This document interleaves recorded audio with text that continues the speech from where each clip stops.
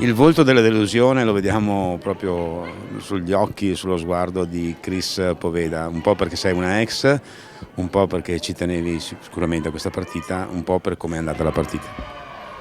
Sí, bueno, mi manca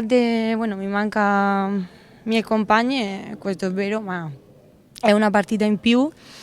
A nessuno le piace lasciare 3 punti come oggi, ma niente, dobbiamo lavorare e niente, la prossima settimana di più.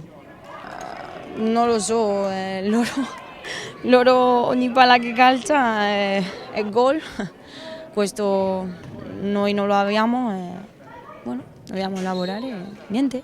Veronica Privitera stanchissima al termine di una partita veramente incredibile, sia per l'andamento della gara 5-1 per il Florenza e il pareggio 5-5, poi il finale da dimenticare, un finale da incubo. Sì, hai detto bene Enrico, un finale da incubo perché dopo aver recuperato i 4 gol di svantaggio si doveva semplicemente stare più tranquille e cominciare ad attaccare subito dopo. Forse il momento di frenesia ci ha preso così in contropiede ed ecco il risultato finale. Comunque una buona prestazione la tua con una doppietta, bellissimo il primo, bellissimo il secondo gol, bellissimo l'assist per Lorena a centro porta, insomma una buona prestazione, sei in notevole crescita ma ormai è un po' da tempo. Sì, sto veramente bene, mi sto allenando molto, non mi fermo mai, quindi voglio stare sempre avendo un alto rendimento, quindi essere più veloce, avere più fiato. Quindi sì, se la Serie A è questa, niente è scontato, bisogna correre, bisogna aiutare la squadra e bisogna giocare di squadra soprattutto. Sappiamo che è il compleanno di una tua grande amica, vuoi fare gli auguri? Sì, ovviamente il mio gol, anzi i miei 2 gol sono dedicati soprattutto a lei, che mi sopporta da lontano e quando può e quando è libera viene qua, quindi un bacino e un abbraccio forte, tanti auguri Ale. Ma diciamo che è una partita strana, molto strana. Eravamo riusciti a metterla nel binario della parità, poi è successo quel che è successo, l'abbiamo visti tutti. Do merito alle ragazze di aver dato tutto, magari con qualche errore in meno la portavamo a casa sul pareggio. Non voglio dire che la potevamo vincere. Adesso bisogna continuare come abbiamo fatto fino adesso, pedalando di più. La salita si fa più ritta, quindi dobbiamo pedalare, non guardarci dietro e neanche davanti. Direi che questa partita deve servire da lezione per cercare di fare quel salto di qualità che forse ci si aspetta sempre ma non arriva mai. Secondo te soprattutto qual è il modo giusto per fare questo salto di qualità?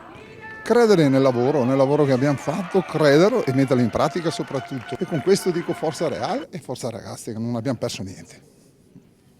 Il Futsal Florenza che quindi con questi 3 punti si candida decisa per l'8° posto, l'ultimo utile per i playoff scudetto, allungando sulle altre 6. È stata una partita bellissima, è stato penso un bello spettacolo per tutti, ovvio noi usciamo più contente per la vittoria, però penso che sia un bello spettacolo, un bello spot per tutto il futsal femminile. E noi dopo tutto ciò che è successo ci siamo detto ok, siamo queste, siamo poche, però le mie compagne di squadra sono delle campionesse e oltre che grandissime persone, tutta la società sta facendo di tutto per comunque fare tutto in tranquillità nonostante tutto quello che è successo, quindi noi scendiamo in campo con la tranquillità di dire ok siamo queste e facciamo il nostro, poi quello che succede succede, ovvio, ci piace vincere, quello non lo nego.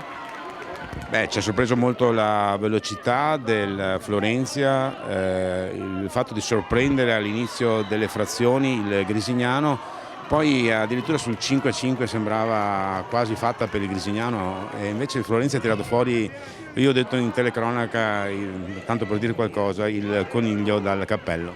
No, quello sì, la fortuna nostra che nonostante appunto tutto siamo ancora più unite, siamo poche, è una famiglia. Io che sono la più piccola le considero le mie sorelle maggiori, quindi come gruppo, come carattere diciamo che lo stiamo trasformando nella nostra arma vincente. Infatti si è visto, certo sui 5-5 ce la siamo vista brutta, l'espulsione, poi comunque il Grisignano stava reagendo, comunque giocavamo contro un'ottima squadra, quindi poi però appunto futsal cambia in un secondo e quindi a sto giro è andata bene a noi.